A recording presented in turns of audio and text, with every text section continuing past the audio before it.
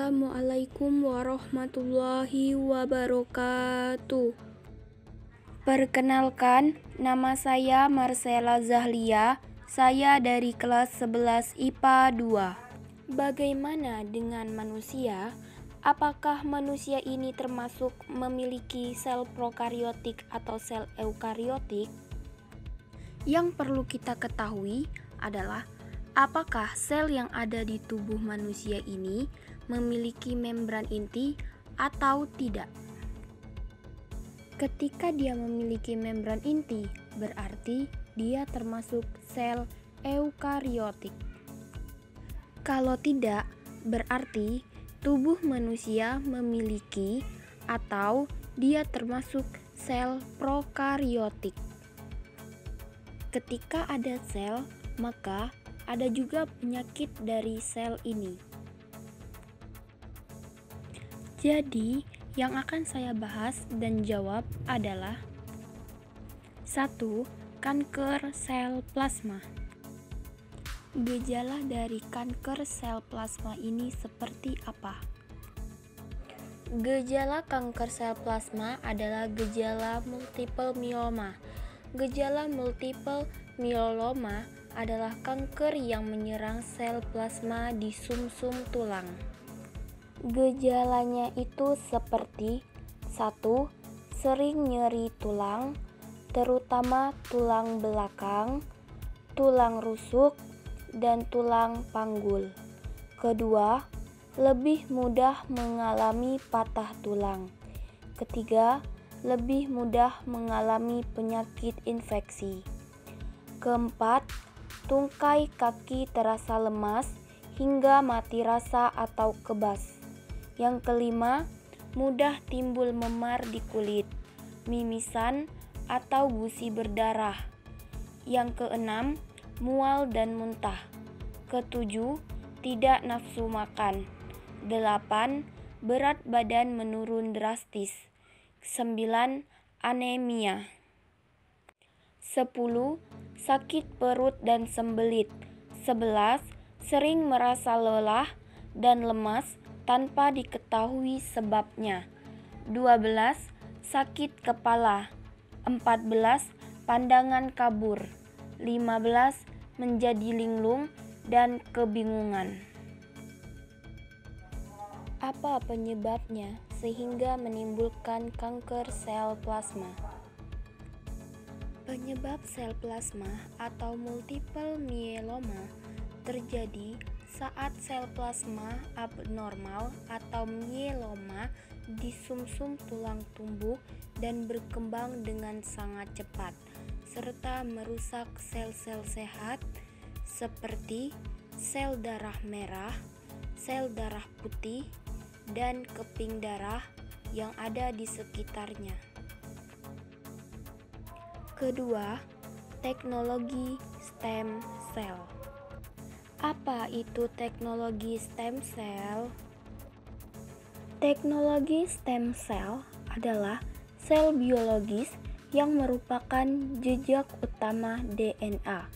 Hebatnya, sel yang satu ini mereka dapat meremajakan diri dan menghasilkan lebih banyak sel yang berguna sebagai sumber pembentuk sel baru. Teknologi stem cell juga memiliki makna yang lain. Stem cell ini merupakan teknologi kedokteran yang menjadi harapan untuk menyembuhkan berbagai penyakit yang awalnya sulit disembuhkan dengan metode konvensional. Salah satunya adalah menyembuhkan kanker darah. Selain hasilnya yang menjanjikan, resiko terapi ini juga minim, sehingga semakin banyak dicari. Sejarah yang dapat dijelaskan dari teknologi stem cell sehingga orang bisa menciptakan teknologi stem cell.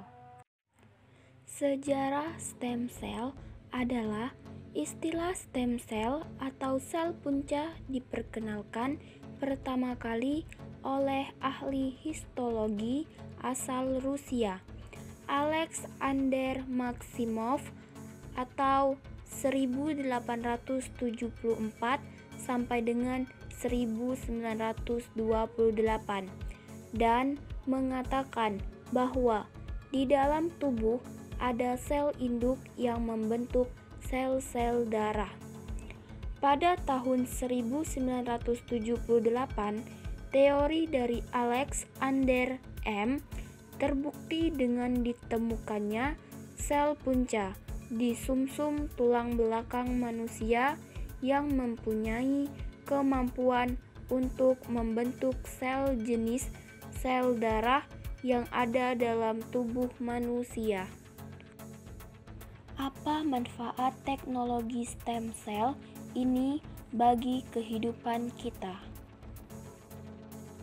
Menurut pendiri Stem Cell and Cancer Institute atau SCI, Dr. Bonjamin Setiawan, stem cell atau sel punca memiliki manfaat yang sangat besar, terutama untuk penyakit-penyakit degeneratif seperti penyakit dan jantung degeneratif, otak, terutama demensia. Penyakit degeneratif tidak ada obatnya sampai sekarang. Kalau bisa, memanfaatkan stem cell untuk penyakit degeneratif, manfaatnya akan banyak. Ujian Dr. Bon saat ditemui di seminar awam manfaat stem cell untuk memperlambat proses penuaan dan pengobatan nyeri lutut di Jakarta, Sabtu 26 bulan 9. Menurut dokter spesialis bedah ortopedik dari FKUI, Dr. Andri Lubis, stem cell memiliki kemampuan untuk menjadi sel apa saja, tergantung diletakkan di mana pada dalam tubuh. Ia melanjutkan, di Indonesia saat ini sudah bisa untuk melakukan terapi stem cell. Terapi stem cell bisa dilakukan untuk kerusakan pada tulang rawan, tulang yang tidak menyambung atau non-union, juga untuk penyakit jantung.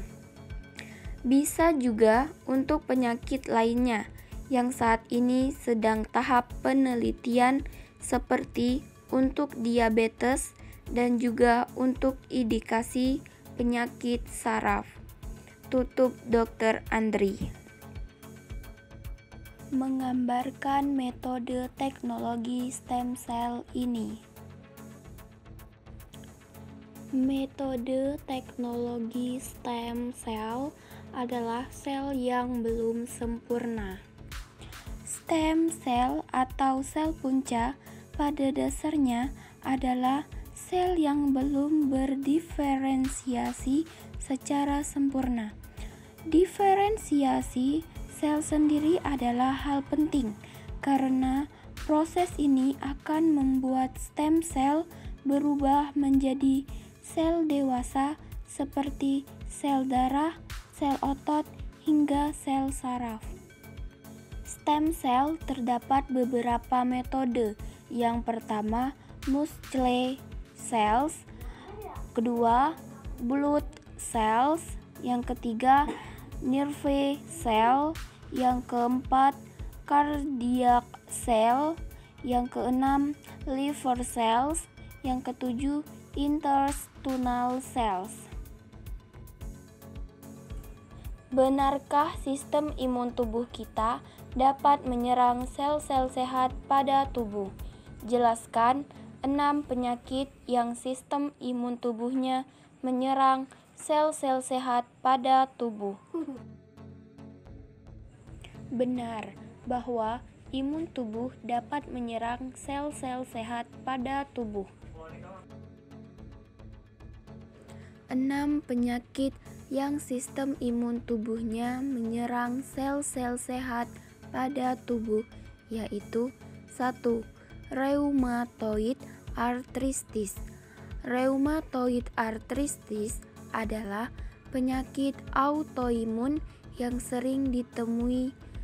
Sistem kekebalan tubuh memproduksi antibodi yang menyerang pelapis sendi. Akibat dari serangan antibodi ini adalah peradangan, pembengkakan, dan nyeri pada sendi. Reaksi radang yang parah juga bisa menimbulkan kerusakan pada bagian tubuh lain seperti kulit, mata, dan paru-paru. Terkadang gejala rheumatoid arthritis bisa mirip dengan penyakit lain seperti osteoartritis dan polimialgia reumatik. 2. Lupus. Penyakit autoimun lainnya yang sering kita dengar adalah sistematik lupus erythematosus atau SLE, atau biasa kita sebut dengan lupus saja. Penyakit ini menyebabkan terbentuknya antibodi yang justru menyerang hampir seluruh jaringan tubuh penderitanya. Bagian tubuh yang paling sering diserang adalah sendi, paru-paru, ginjal, kulit, jaringan penyambung tubuh, pembuluh darah, sum tulang, dan jaringan saraf. Lupus yang menyerang sumsum tulang dapat menyebabkan anemia aplastik. 3. Diabetes tipe 1. Penyakit ini biasanya akan terdiagnosis sejak usia kanak-kanak atau dewasa muda. Penyakit diabetes tipe 1 disebabkan oleh serangan sistem kekebalan tubuh pada sel-sel pankreas yang memiliki tugas memproduksi insulin. Hal ini menyebabkan terganggunya produksi insulin sehingga tubuh tidak mampu mengontrol kadar gula darah. 4. Multiple sclerosis atau MS. Pada saat sistem kekebalan tubuh seseorang menyerang sel-sel saraf sendiri, beberapa gejala yang mengerikan berisiko muncul sebagai akibatnya. Kondisi ini biasa disebut multiple sclerosis alias MS. Beberapa gejala yang bisa timbul adalah nyeri, kebutaan, gangguan koordinasi tubuh, dan spasme otot. Gejala lainnya yang mungkin timbul adalah tremor, mati rasa di area tungkai, kelumpuhan, susah bicara, atau susah berjalan. 5. Penyakit Graves. Penyakit Graves adalah penyakit autoimun yang menyebabkan kelenjar tiroid menjadi terlalu aktif. Orang yang menderita penyakit ini kemungkinan akan mengalami beragam gejala yang bisa mengganggu kegiatan sehari-harinya. Kesulitan tidur, mudah tersulut emosi, berat badan turun tanpa sebab, dan mata menonjol adalah sebagian gejalanya. Gejala lain yang mungkin timbul adalah terlalu peka pada hawa panas, otot lemah, tremor atau tangan bergetar, dan gangguan menstruasi. 6. Psoriasis. Psoriasis adalah kondisi terlalu aktifnya sistem kekebalan tubuh sehingga menyebabkan kulit mengalami kondisi kronis. Kondisi ini disebabkan oleh salah satu sel darah dalam sistem kekebalan tubuh yang terlalu aktif, yaitu sel T. Berkumpulnya sel T di kulit merangsang kulit untuk tumbuh lebih cepat dari seharusnya.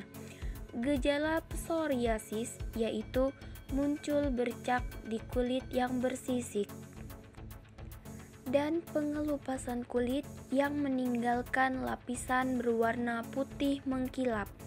Untuk mengenanganinya, dokter akan memberikan obat penekan sistem kekebalan tubuh seperti kortikosteroid, juga terapi cahaya.